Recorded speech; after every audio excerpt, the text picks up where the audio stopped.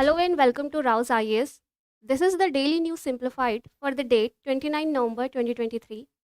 And for today's discussion, we have taken 4 questions for prelims discussion and 3 topics for discussion under mains. Now for prelims, these topics are listed on your screen. Let me read it out for you. For prelims, we will be discussing a question regarding International Space Station. Another question deals on Furlough. The third question is regarding Mullaperiyar Dam. The fourth question is regarding Postal Ballot system. And under mains discussion, we will be dealing with these 3 topics. The first topic deals with Maritime Security Challenges of the Global South, which was an important editorial, an important article which appeared on the editorial section of The Hindu. And the other topic is regarding the need to disclose political donations. And this is an important article which appeared on The Hindu itself.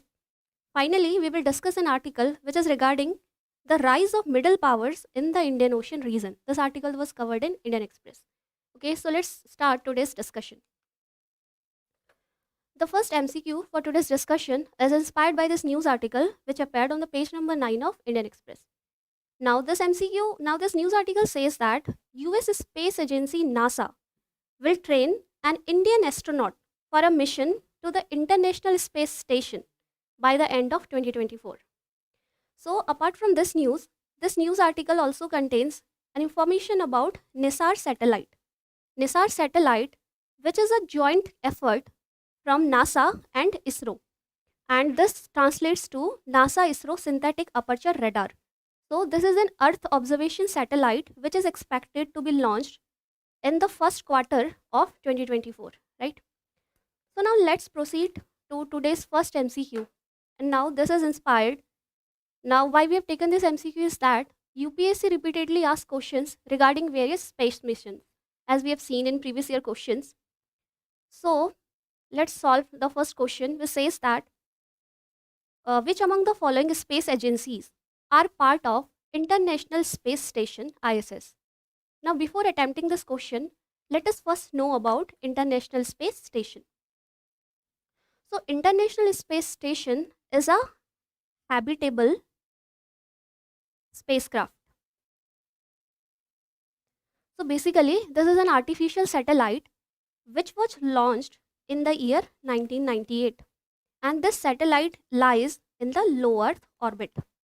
And low Earth orbits are those orbits which are closer to the Earth, and the altitude of low Earth orbits is generally around 160 kilometers to 1000 kilometers, roughly along this altitude. Okay, and if we talk about the location of International Space Station, it is located at roughly at an altitude of 430 kilometers in the low Earth orbit, right?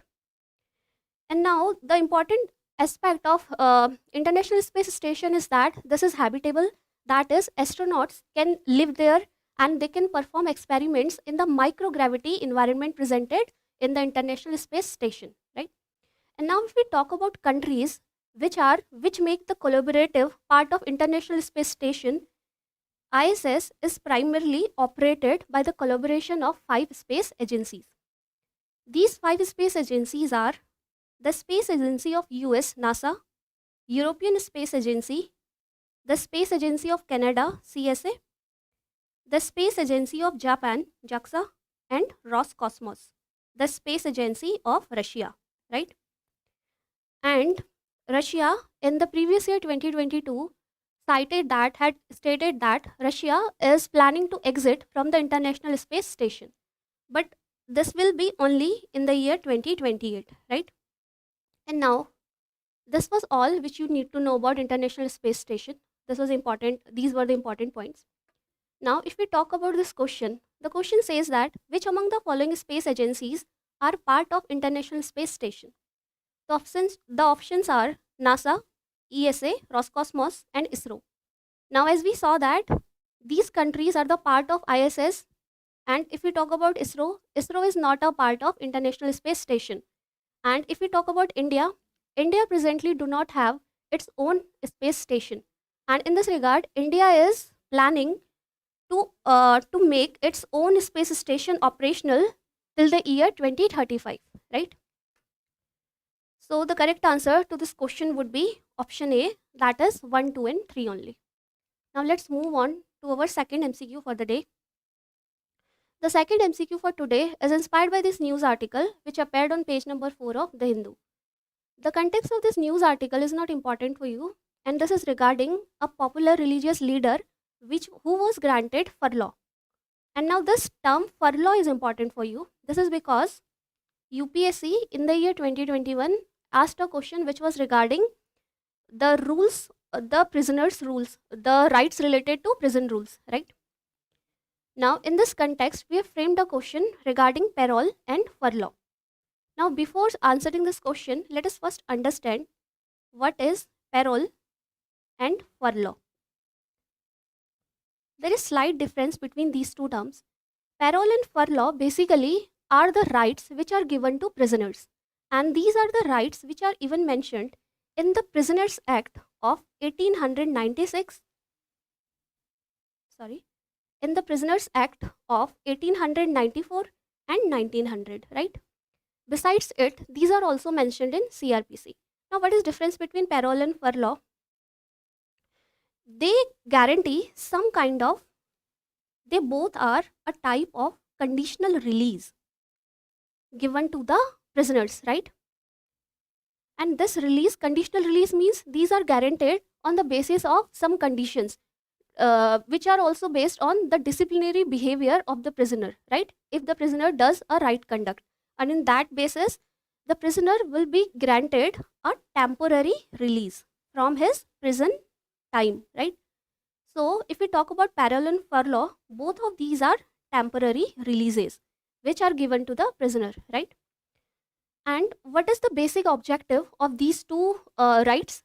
Parole is given for rehabilitation of the prisoner, and generally parole is given, one more important difference is that it is awarded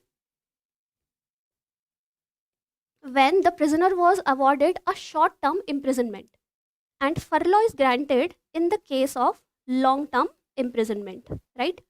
So this is the basic difference, that these both are conditional releases and they both are temporary in nature, but parole is granted in term of short term imprisonment, okay, and furlough is granted in term of long term imprisonment. And in this case, the purpose in which parole is given is for rehabilitation of that prisoner by interacting with the society, right? Such that when he gets released from the prisoner, he can be rehabilitated or reintegrated into the society, okay? And what is the purpose of furlough? The purpose is to meet some social ties or some familial ties of that prisoner. For example, the prisoner may attend the wedding of his children or some other things, right? Or some family functions. And other thing is that furlough is comparatively flexible as compared to parole, because this is also given for long term imprisonment and based on some conditional release. So these are flexible conditions, and parole is bit rigid as compared to furlough, and this is given for some specific reason, and it is given for any specific reason, whereas furlough can be granted in a year periodically to any prisoner, okay? So these are the basic differences between these two terms. Now, based on this data, let's solve our question for the day. The first statement says that parole is a conditional release, while furlough is an unconditional release. So this statement becomes incorrect, as both of these are conditional release of the prisoners, right? The second statement says that parole envisages a long duration, while furlough envisages a short-term temporary release from custody. Now, this is also an incorrect statement, as both of these conditions are regarding the temporary release of the prisoners from custody, okay? The third statement says that parole is granted for a specific need, while furlough is granted after serving a designated number of years without a cause. Now, this is a correct statement, okay? So, as the question asked, how many of the above statement is or are correct? The correct answer would be only one.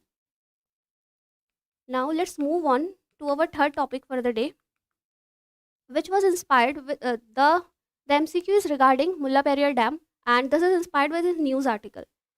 So, this news article is regarding the construction of a car parking zone by Kerala in the vicinity of Mullaperiyar Dam, and which is being opposed by Tamil Nadu.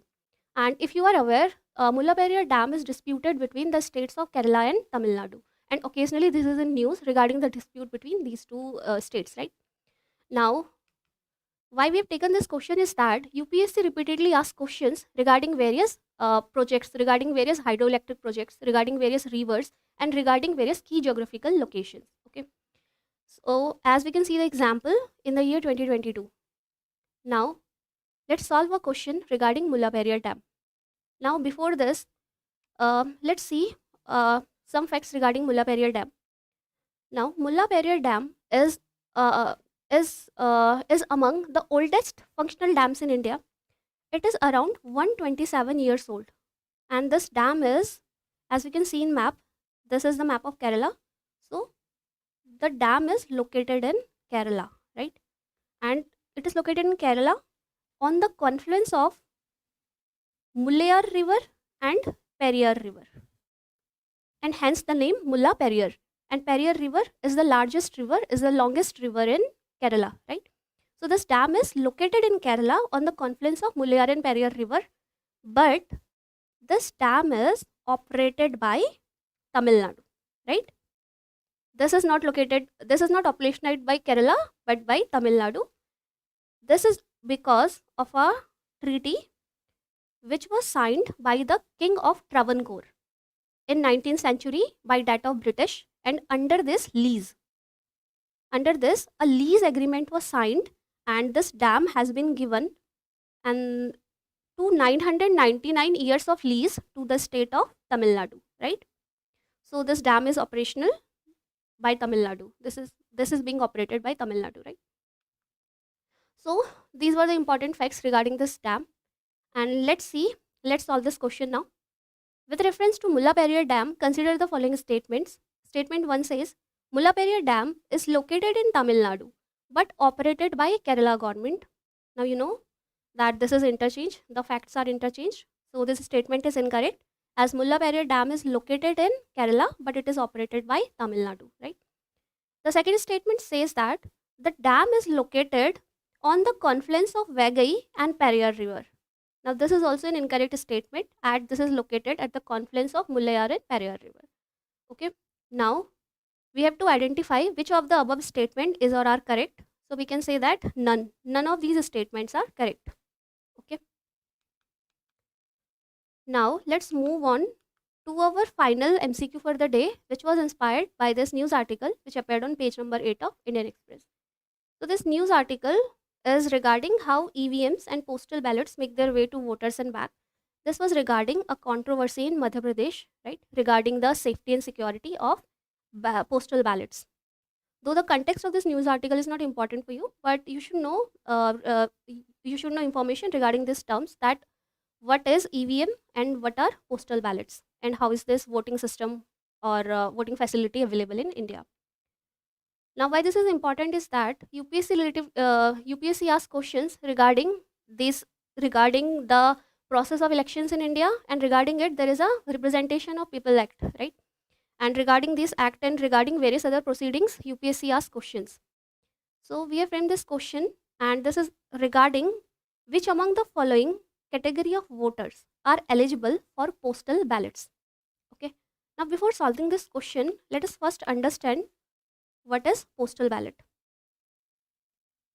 So postal ballot is a facility which is provided to some eligible voters in the country who may not be present physically at the time of polling in the polling booths. Okay. So as these voters may not be present physically at the time of polling, so they can use a special facility which is postal ballot facility.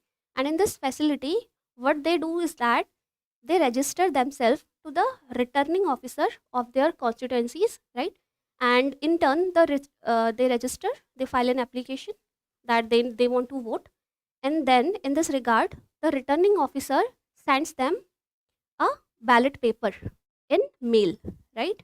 And which can be downloaded by these people, and then based on these paper they can mark their choices, and then they have to send this paper back to the returning officer of their constituency, right? And then these ballot papers are sealed and they are opened at the day of counting of the elections, at the day of counting of the result, right? So in this way, some eligible voters can cast their votes. And who are these eligible voters? These are number one, special voters. Special voters are the voters, they are people who are above the age of 80 years, right? And they may be people who are physically disabled, right? People with disabilities. So these are, they come under special voters, right? The other kind of voters who can utilize this facility are service voters. Who are these voters? These are the people, people who are working in armed forces, CAPF, paramilitary forces, police forces, and various other government organizations which are mentioned by the government, right? And also, they may be the voters who are on election duty, right? And interestingly, this is the most important and most tricky aspect of this question, that the facility can also be utilized by the voters who are on preventive detention. Now you know preventive detention. This is the detention, preventing detention. The state can detain some people, right, on the basis of mere suspicion that these people may cause a threat to the national security. So under preventive detention, people are not convicted by court, but they are detained by the state under the suspicion that they can create any nonsense and they can be threat to national security of any nation, right? But these people who are under preventive detention, they can also utilize the facility of postal ballot, right? And also absentee voters, which are all which imply these category of voters only. And these absentee voters who are included under Section 60 of the Representation of People Act 1951 can also exercise this facility. Okay. Now let's solve this question based on this data. Consider the following category of voters, which among the above are eligible for postal ballots. The options are voters on election duty, voters in preventive detentions, and special voters. So all three category of voters are eligible for postal ballot, for voting by postal ballots. So the correct answer would be all three. Now, having seen our prelims question for the day, let us move on to the mains discussion. So the first topic of our mains discussion is inspired by this news article which appeared on the editorial section of The Hindu. Now this is an important news article which is regarding the challenge of maritime security in the global south. Now if we talk about global south, so in the international parlance, what is global south? These are the group of countries which are relatively underdeveloped as compared to developed nations. So basically these are the countries which lie in Asia, Africa, and South America. The countries, they consist of developing countries and underdeveloped countries. So if we see, the major countries which are the part of global south also include countries such as India and China. And the countries in the global south and the countries like Australia and New Zealand are not part of global south, right? So global north include the countries like which are developed countries in European nations. It also include countries in North America like US, Canada, and other nations, right? So now this article talks about the challenge of maritime security in global south, right, with particular reference to Indo-Pacific region. Now why this topic is important? This can be important for our GS paper to international relations under various bilateral, regional, and global groupings and agreements which can involve India or affect India's interest. And this is also important regarding the effect of policies and politics of developed and developing countries on India's interest, right? And now this topic can also be important for our GS paper 3 internal security. Now this is regarding the internal security challenges and their management. Okay. So now let's understand the nuances of this topic. So the first thing, maritime security. Now what do we mean by maritime security? Maritime security is a multifaceted word. It is a broad word which does not have a precise definition. But it is generally accepted that maritime security has a broader domain, and this includes the domain of national security. Maritime, regarding the security regarding oceans, the security regarding the threats emerging from oceans, right? So this is important for the countries who share maritime borders, right? The littoral countries, and if we talk about global south, the countries which are present in the Indo-Pacific region and which are sharing maritime boundaries. For these countries, the aspects of maritime security becomes important, right? And this is regarding the national security of these countries. Okay, this is regarding the interstate disputes, the potential of maritime attack in case of interstate dispute between any two maritime nations or any two nations, right? In the context of arms proliferation or the increasing militarization in the maritime domain. Now, this can be important regarding the terrorist attack which can be conducted via the maritime route. Okay. So, this is important for national security. On the other hand, maritime security is also important for human security. This can be regarding the the increased cases of human trafficking, increased cases of human trafficking which are conducted via the sea routes, right? And this is regarding the climate change. Because of climate change, the levels of sea, the ocean levels are increasing, and this can also be threat to the coastal communities regarding the population living there, right? So this is regarding human security from climate change also, right? And now it is also regarding marine safety. And now this marine safety would be from climate change, the extremities of climate change, and particularly the ocean level rise, right? This can also be regarding the pollution in the marine pollution, right? And regarding the accidents, regarding oil spill, marine pollution, and bioaccumulation of these pollutants in the seafood and other aspects. Finally, maritime security, after dealing with national security, human security, and marine environment, it also deals with economic development. That is, the concept of blue economy comes here. The concept of blue economy means the sustainable use of maritime resources, right? And conservation of maritime environment. So these are the concept. This is the concept of blue economy. That is, the resources of the sea, ocean, which are fishes, which are minerals, they should be used sustainably, and at the same time there should be efforts towards conservation of these environments, sea environment, right? So broadly, these all consist of maritime security. Now, why did we understood this? We will see this. Understanding the domains of maritime security is important for us because of the changing nature of security challenges in the maritime domain, right? Now let's understand maritime domain. Maritime domain has been has maritime the nations which are located who have maritime boundaries, they are vulnerable to all these things which we talked about. There were various traditional challenges, right? But apart from this, the challenges, there are new emerging challenges. Let us see what are these new emerging challenges. The first thing is the challenges posed by the advancement of technology.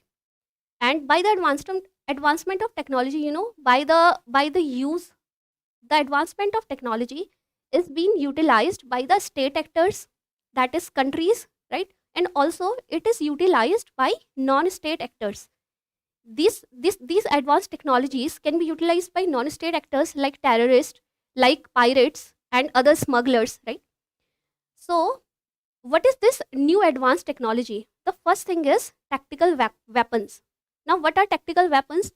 Tactical weapons are different than conventional weapons, as they are handy, they are easy to use, they are more comparatively cheaper to develop, right? They are not that advanced as compared to conventional weapons, so they can be easily manufactured in a short amount of time. They can be easily conveyed to the area of impact. So these are relatively easier to administer, but at the same time they are able to administer same amount of harm or an equal amount of harm as compared to conventional weapons, right? In this case, if we want to give examples, these are small ballistic missiles, small missiles which are being targeted from naval ships to the land, right? They are examples of sea mines which are used to dismantle the sea mines which are increasingly employed by the non-state actors, and there are drones. So these are the tactical weapons like sea missiles, guided small missiles, sea mines, and drones. And apart from this, the advancement of technology like conventional technology, like by the increasing use of sea vessels, by increasing use of submarines, right? So this all brings to a new concept, that is asymmetrical warfare. These all increases the threat or challenges in the maritime domain. And another term which is important here is asymmetrical warfare. Now, what is asymmetrical warfare? Now, earlier the concept was that generally the country which has large standing military, and if we talk about maritime domain, large standing navy, is the country which can exercise more power over other country, right? This was a general perception. But by the use of tactical weapons and other advancement in technology, even smaller nations with a small number of army is able to sustain the attacks or even initiate attacks. And in this case, we can see an example of Ukraine and Russia. That Ukraine, despite having a small military fleet, is able to stand against Russia since, we can say, since last 2 years, right? So this is given to the risk. This has risen the risk of asymmetrical warfare, right? And this can be employed by non-state actors as well. So this increases the security challenge in the maritime domain. So this is the first thing, that advancement in technology, how it complicates the challenges in maritime domain. Now, having seen this, let's see another another another challenge, which is regarding increased militarization. Now, as we have seen that, and in the maritime domain, and especially if we talk about Indo-Pacific regions, there are various stakeholders in this region now, and this can be seen by the increased presence of armies of various nations. We can see the increased presence of armies of United States, of the armies of China, of India, of Australia, Japan, and other countries, right? Other smaller countries also. So we can see that there is an increased militarization of Indo-Pacific region and oceans in general, right? Now, why is this? This is regarding the increased competition for resources. Okay, this is regarding the changing geopolitics of the region, and this is regarding the rise in the economy or economic potential in maritime domain, and which can be seen by the congested trade lines, right? To provide security to the trade lines also. This is also one of the reason why increased militarization is there. Now, what happens is that with this increased militarization, this is particularly now, it is for these favorable reasons, right? But at any time, this militarization can escalate tensions, existing tensions, which are present, and this militarization could escalate these tensions. And so, this is one of the security challenge in maritime domain, right? Now let's see another term, which is gray zone warfare. Now let's see what is gray zone warfare. Now, gray zone warfare is different from an open war and the condition of truce, right? So it is between the condition of open war and truce. That is, these are certain kind of hidden and disruptive methods which are being used by the state actors and non-state actors also. But particularly the state actors, they are not resorting to open war now, but they are resorting to the situations like gray zone warfare, where they can apply their hidden and disruptive practices and hybrid tools in order to destabilize in the surrounding countries. For example, the best example is the example of China, the increasing presence of China in the South China Sea. As you know, that South China Sea is disputed between various countries, right? And the major stakeholder in those countries, in the South China Sea, is China, which claims that 90% of the area of South China Sea belongs to China.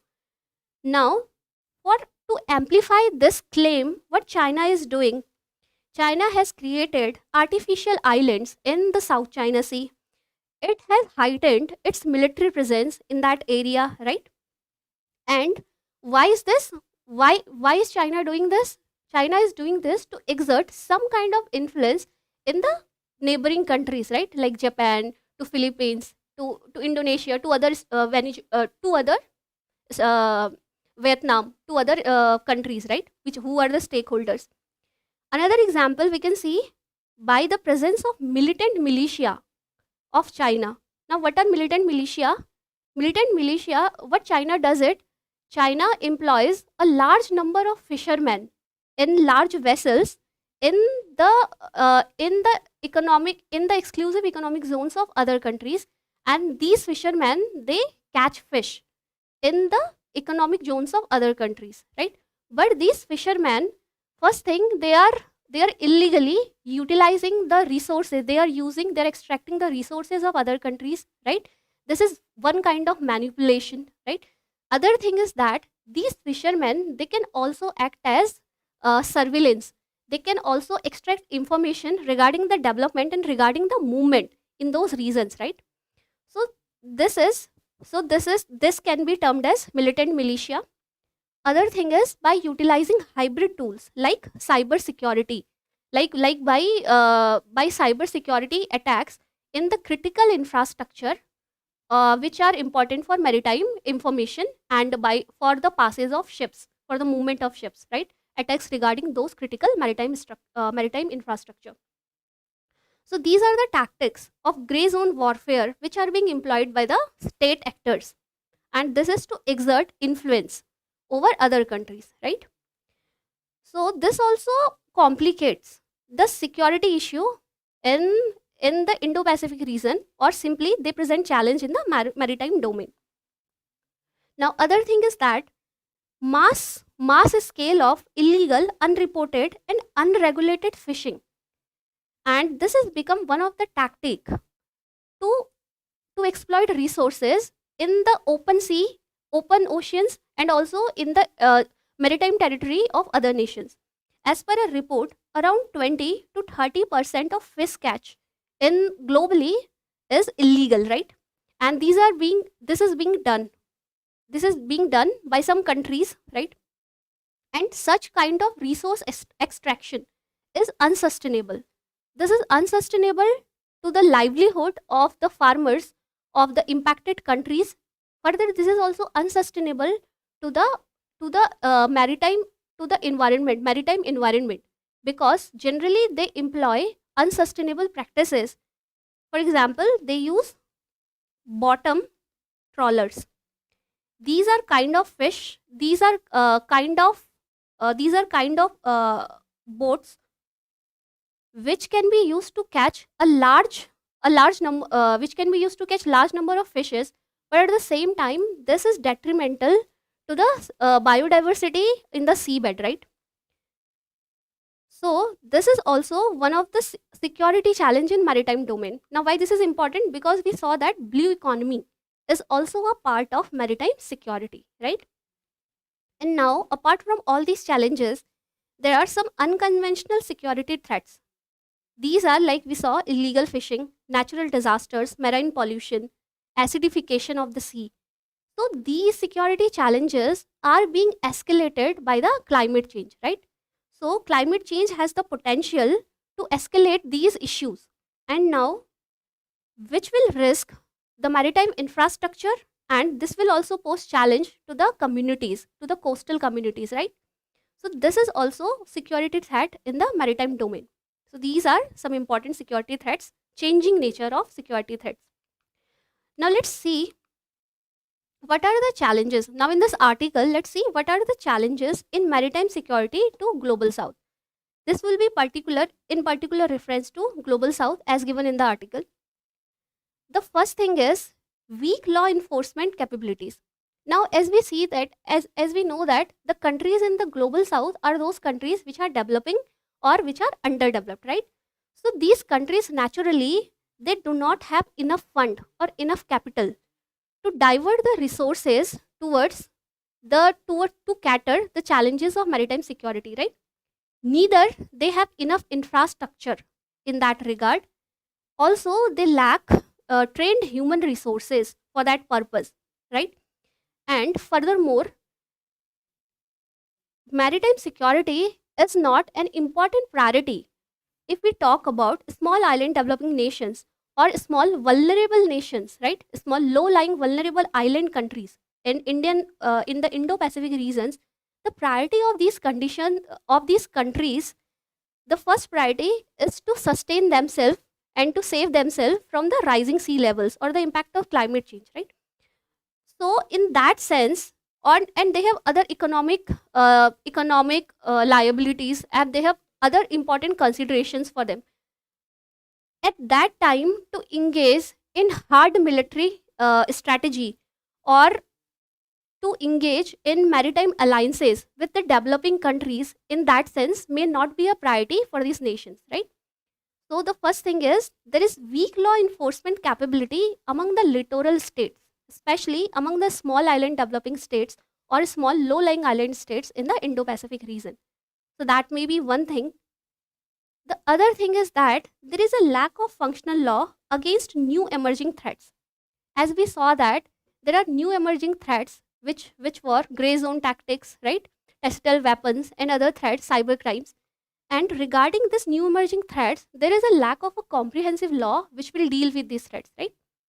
And in the absence of a functional law, it is hard to codify that what are these crimes and how the countries would collaborate enough to report these crimes and to tackle with these crimes, right? Other thing is weak enforcement of international law. Presently, you have heard of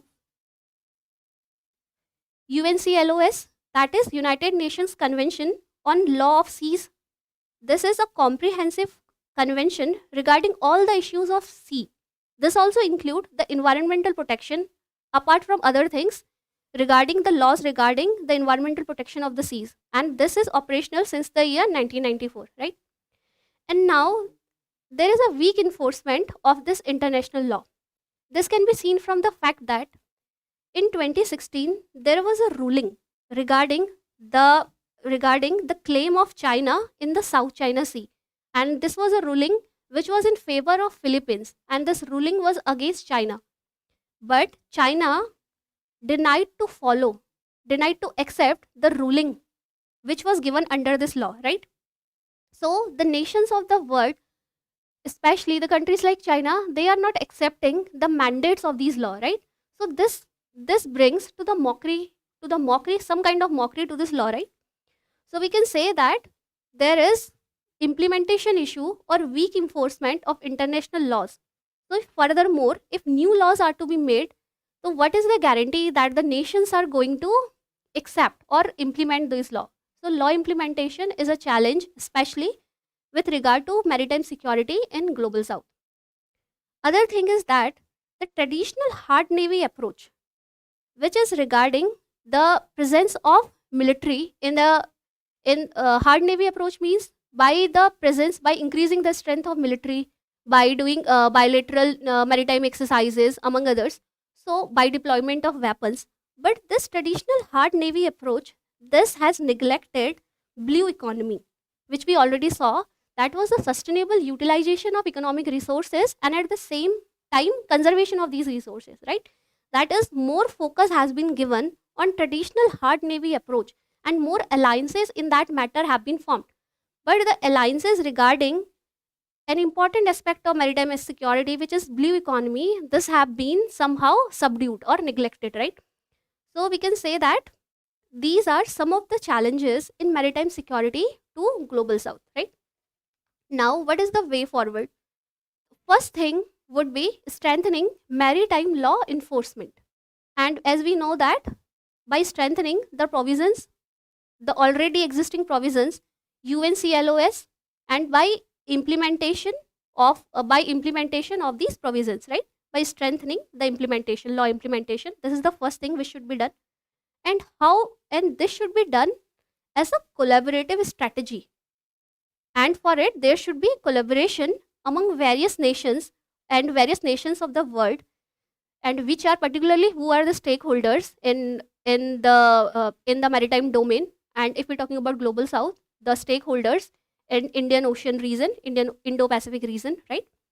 And this collaborative strategy among these nations will improve interoperability right? This would be regarding sharing intelligence by these nations, and this would be regarding the alignment of national and regional and national priorities.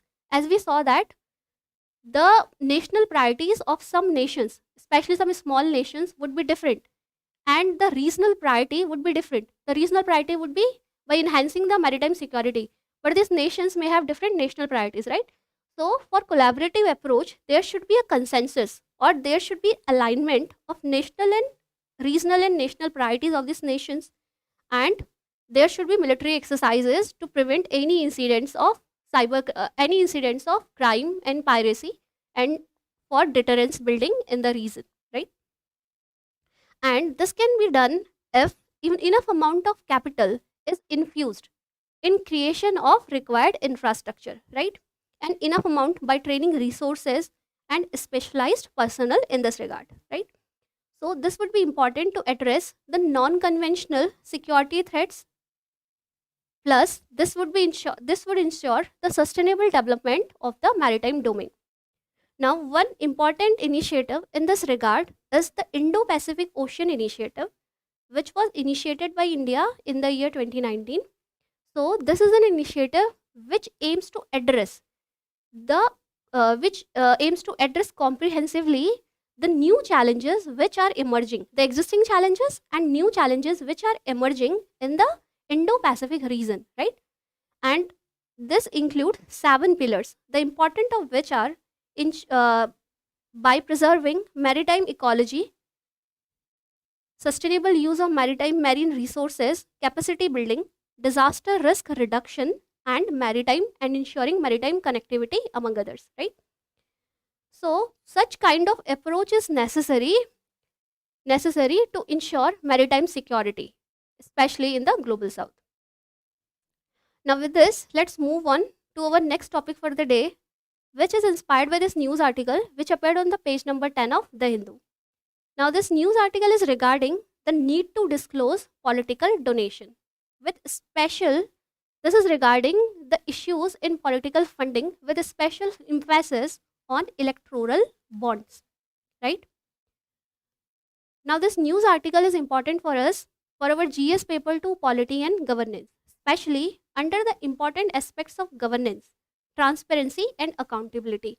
And this is also regarding government policies and interventions for development in various sectors and issues arising out of their design and implementation, right? So let's see this article. Now first of all, let's see what are electoral bonds. Electoral bonds are financial instrument, right? And a financial instrument which was launched by the government of India in the year 2018. And why were these instruments launched? This was launched for to ensure anonymous political funding, right?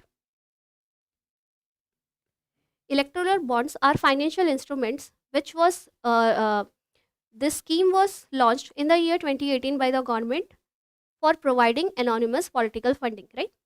So what are electoral bonds? These are interest-free instruments, unlike promissory note. Now what is the use of this instrument? So this is electoral bond.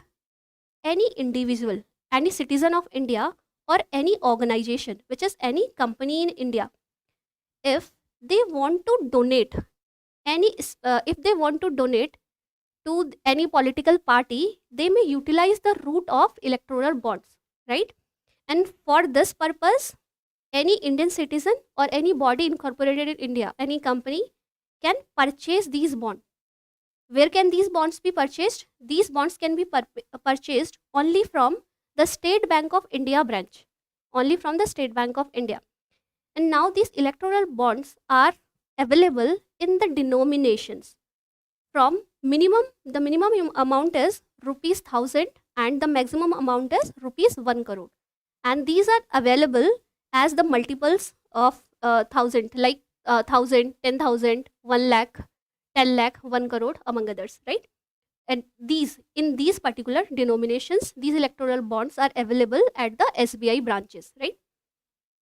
And by purchasing these bonds, the donor the name of the purchaser is not given, right? So this will ensure anonymity, and this would not disclose the name of the donor, the name of the purchaser who is buying this bond, right? And this bond can be encashed by any political party within the 15 days, okay? And and which parties can avail this electoral bonds? Only those parties which are registered under the section 29A of the Representation of People Act 1951, and only those parties who have secured at least 1% of votes which were polled in the last election to Lok Sabha and Legislative Assembly.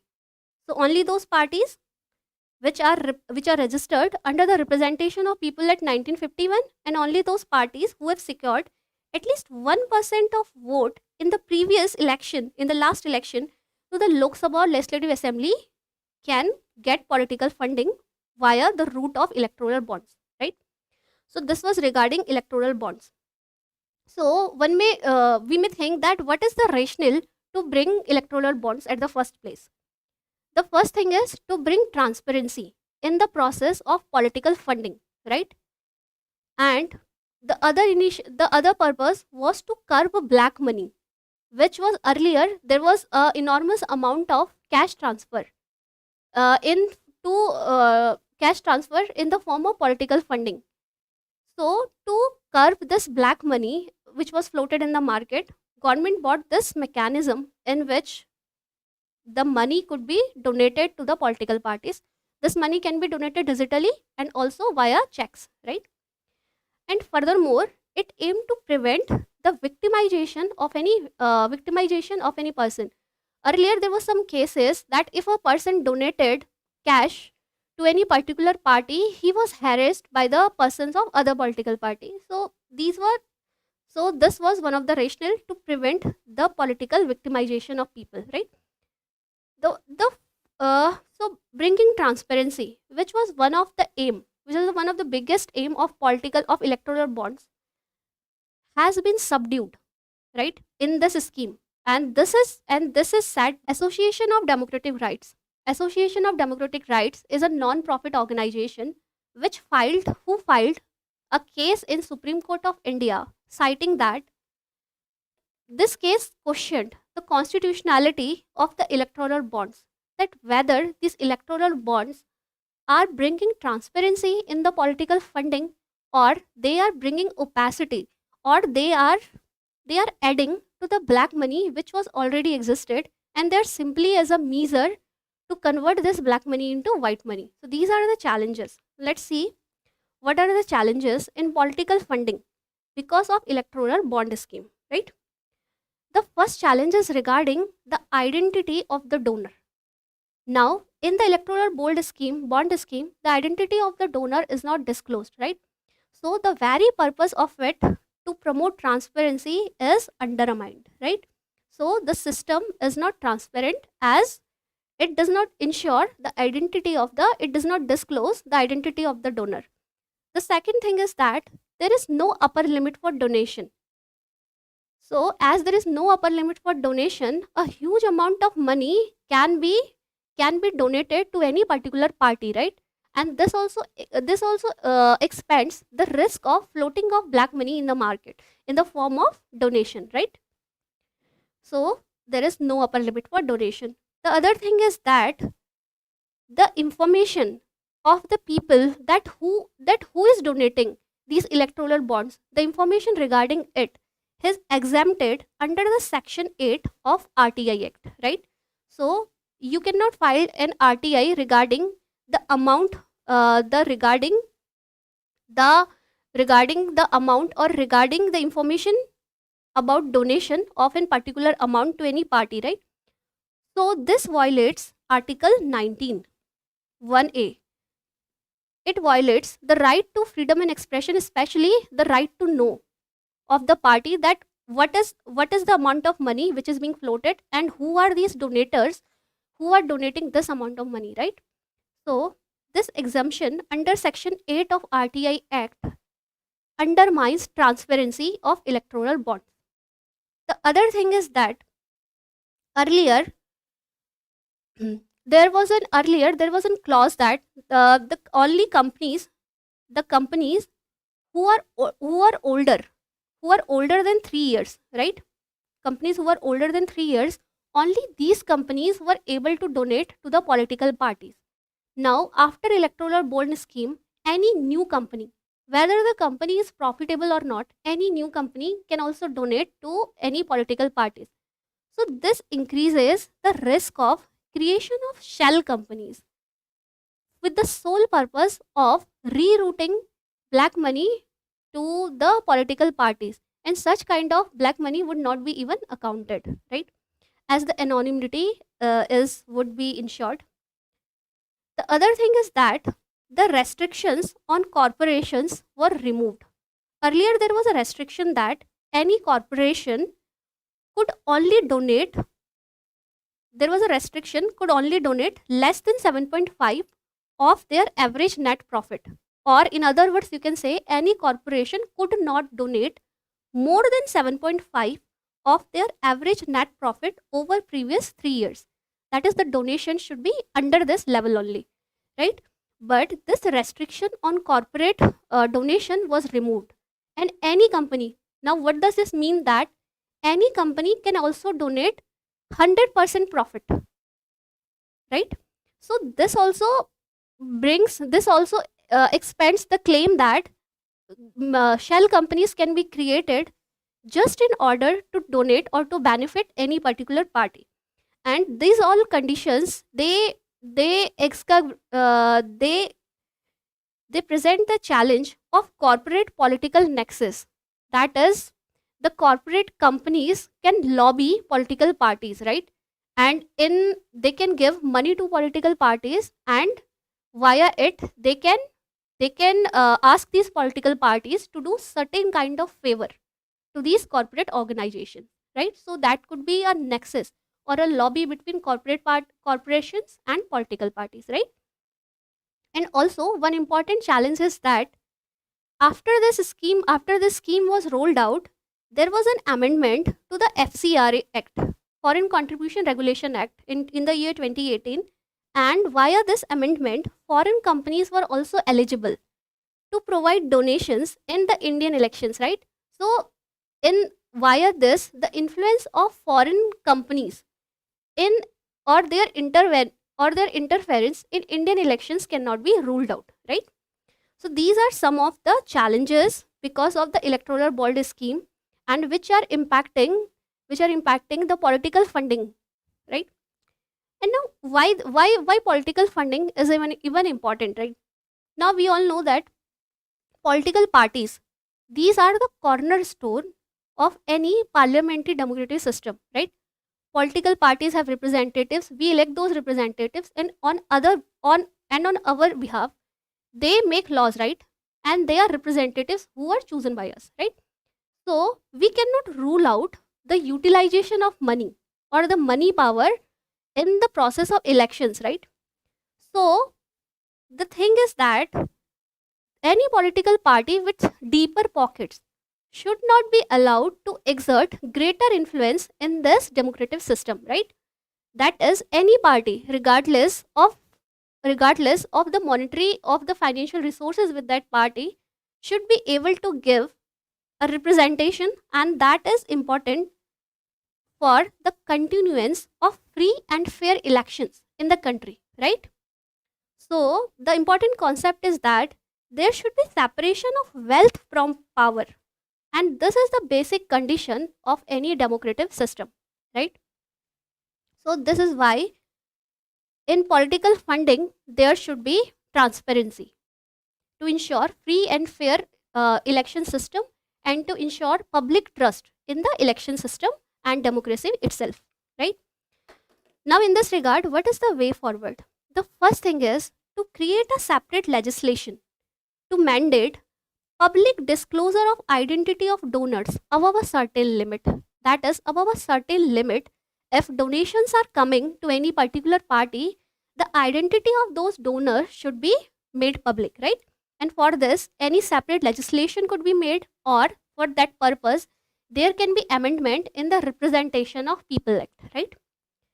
The other thing is that the political parties should their accounts should be made public to ensure public scrutiny. That is, some kind of public audit should be there that would maintain a political that would maintain a pressure on these political parties, right? Also, there should be auditing of the accounts of political parties by an independent authority. And so, an independent authority can be created under this legislation who would be responsible for auditing the accounts of political parties, which would know the the data regarding how this money, how this proceed was spent by these political parties, right? And finally, a solution is state funding of elections. State funding of election is a concept that state should give direct fund, and it can also give indirect support to all registered political parties in the country to conduct election. And by state funding of elections, the political party which have weaker resources or lower resources can also get a level playing field in comparison to a popular party or to a party who have a bulk, who have abundant resources, financial resources, right? So, as already discussed, that such kind of transparency in political funding system is important, such that the voters have confidence in the electoral system of the country, right? They should have confidence in the very concept of parliamentary democracy in the country, right? So, now let's move on to the final topic for the day.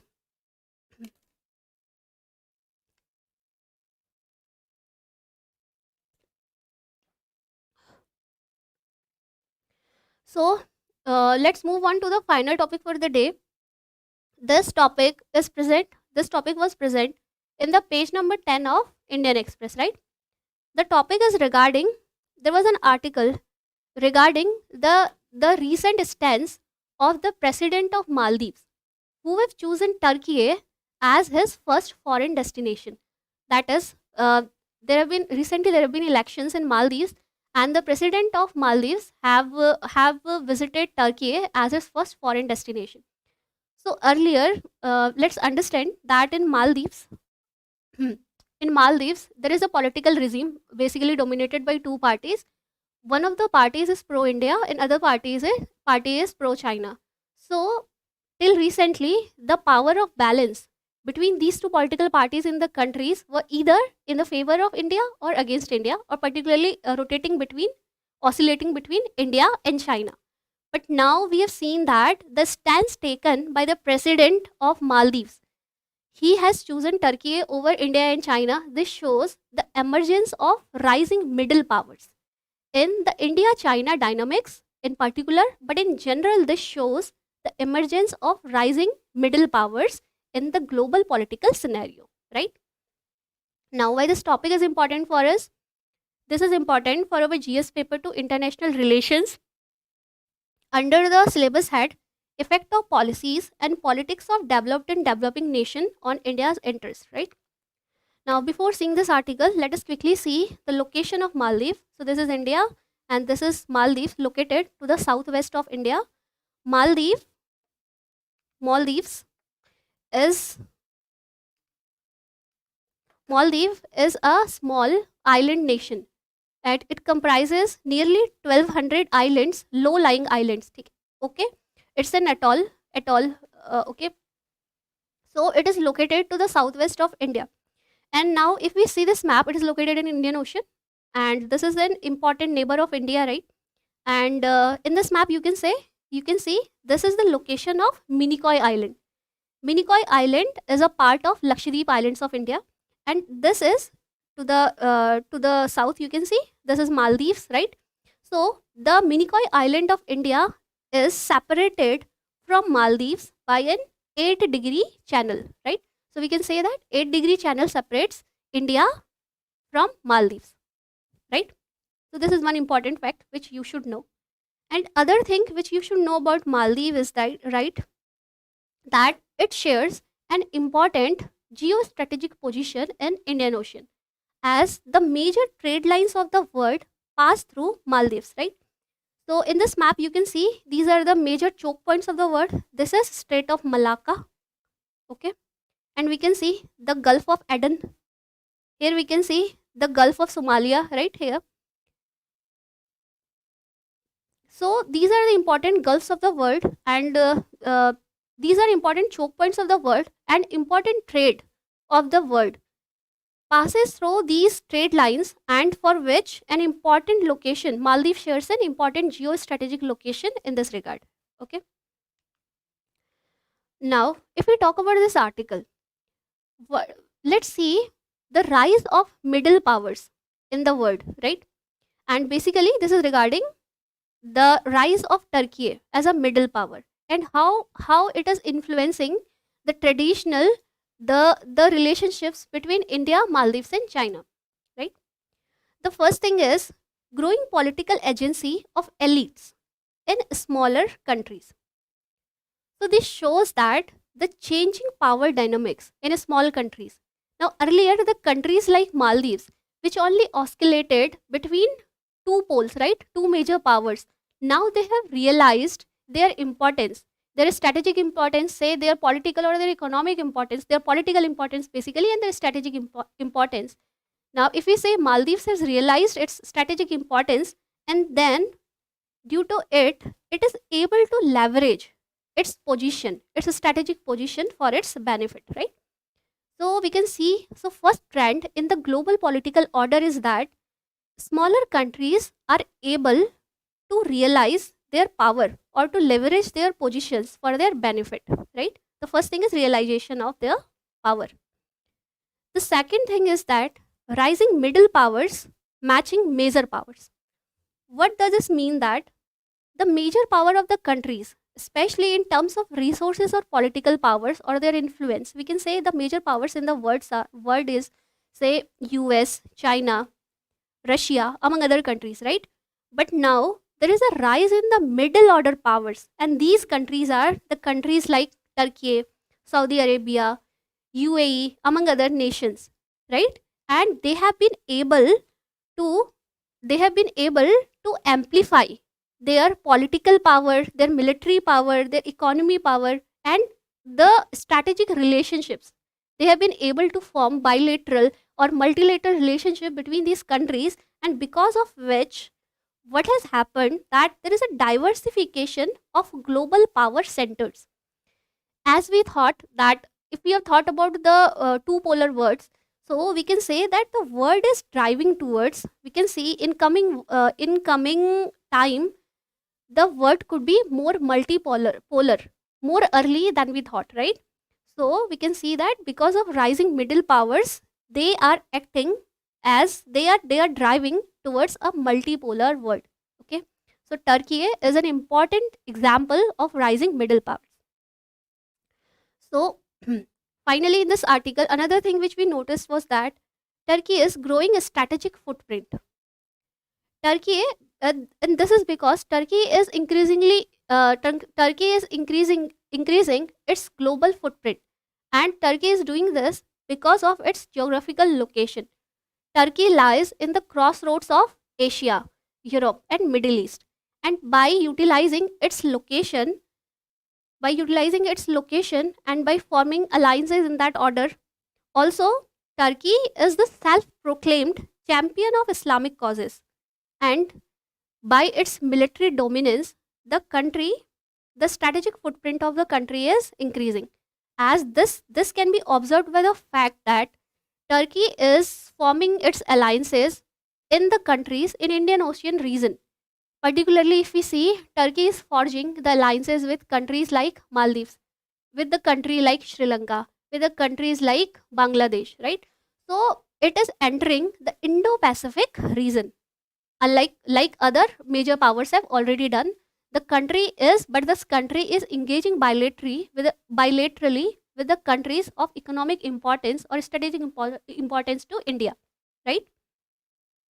And other thing which we can see, that there is a rising geopolitical friction between India and Turkey. Turkey and India, the relationship between these two countries have not been that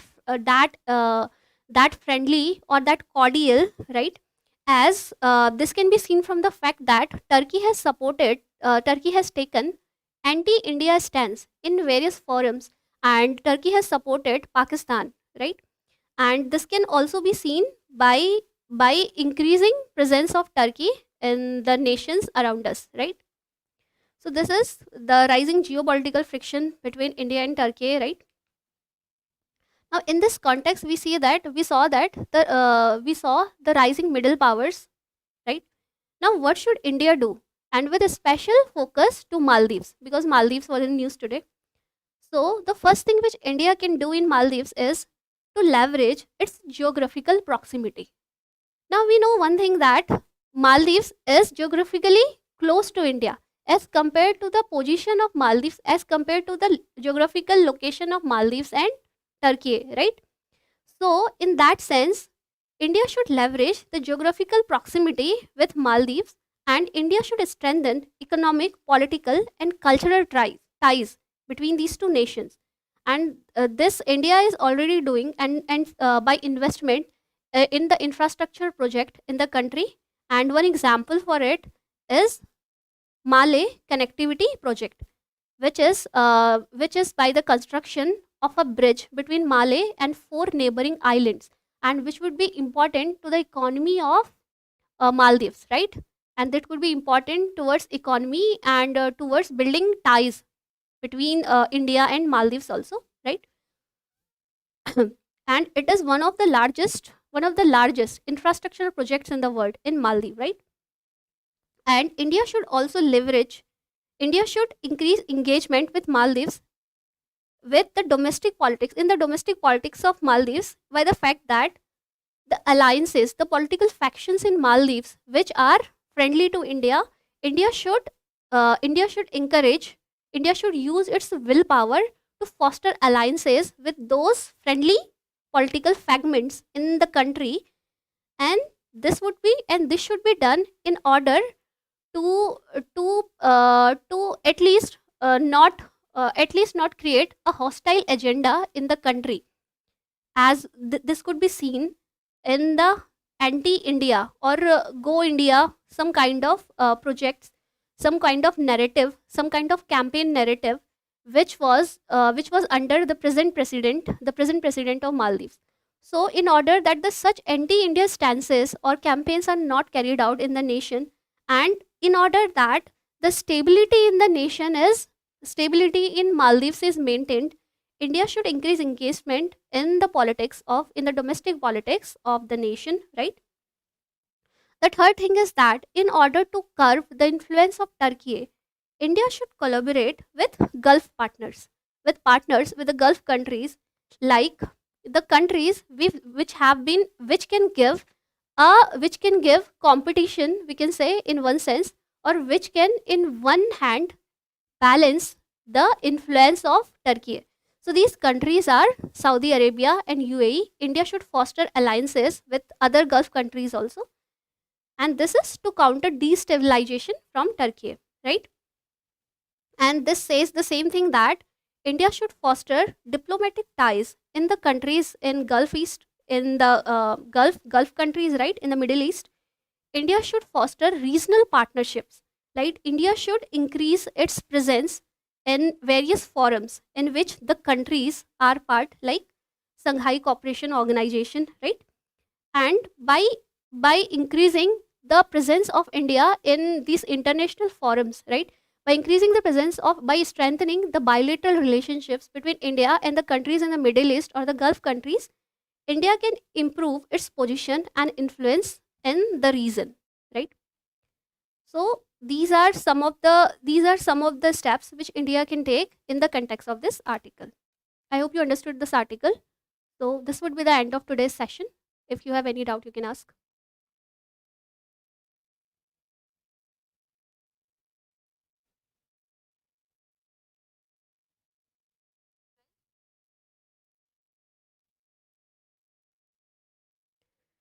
Gray zone warfare. Okay. Can you please explain once again gray zone warfare? Uh, just give me a minute.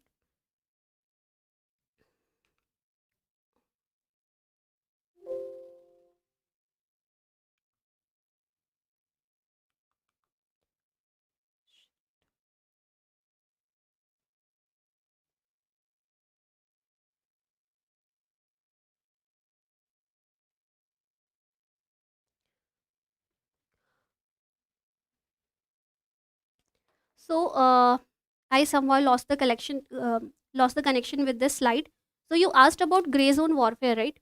So gray zone warfare is end हो गया क्या?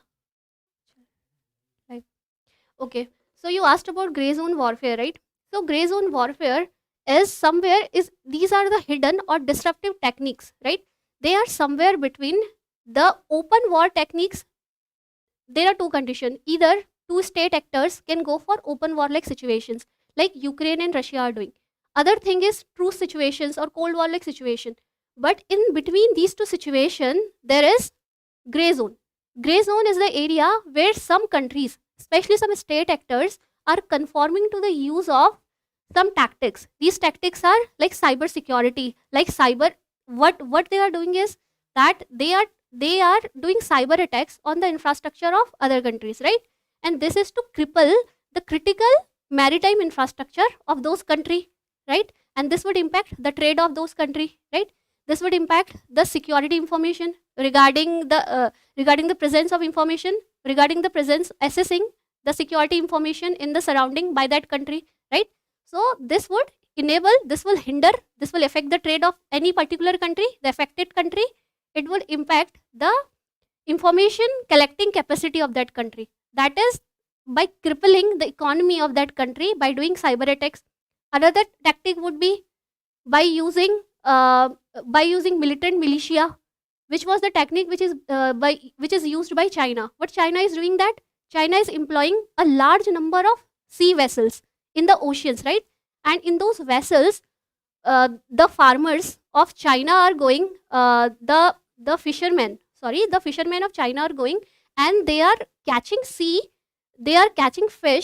in the seas or in the in the economic exclusive zone of other countries. They are catching resources in the economic exclusive zone of other countries. And in this aspect, what are they doing? They are not directly confronting other country, but they are maintaining a kind of pressure by bringing a large military presence of China. And China is, like for example, China is deploying large military presence in Indo-Pacific Ocean, especially in the South China Sea. And this is also a kind of deterrence, right? This is a kind of grey war tactic. And China is creating artificial island in the South China Sea, right? So if we sum this all, these are the examples of grey zone tactics which are being employed by any country. These tactics are pressurizing other nations. They are exploiting the resources of other countries, right? So this can inflict harm upon other country. I hope you understood it.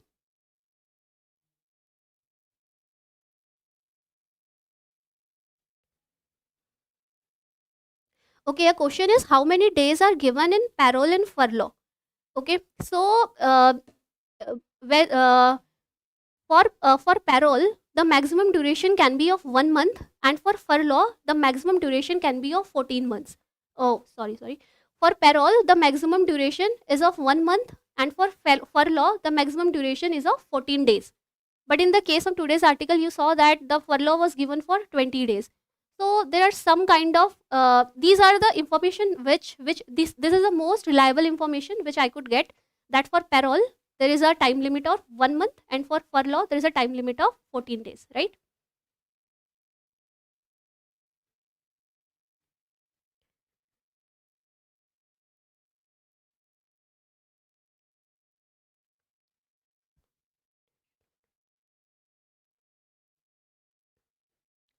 So what is the use of electoral bonds to donors except intention of donating to political parties? So in that sense, if we talk, so in that sense, the donors have this power. This, if any donor has this capacity to support any political party, in that sense, it can provide resources to any political parties. That could be one thing. The other thing, is that in case of corporations, that how corporations are leveraging their powers. So that is an a misuse of this power, that corporations can utilize the electoral bonds by donating to any particular party which is in power at that time, right? And in that sense, corporations can, in future, corporation can use this favor by in the sense that political parties, when they are in power, they can return this favor to these corporations by helping them in some sense, in some areas, like by helping them in some, in legalizing some tenders, or by giving them other exemptions, right? So these are some of the things which I can right now think of it. Okay, that's all for today. Thank you.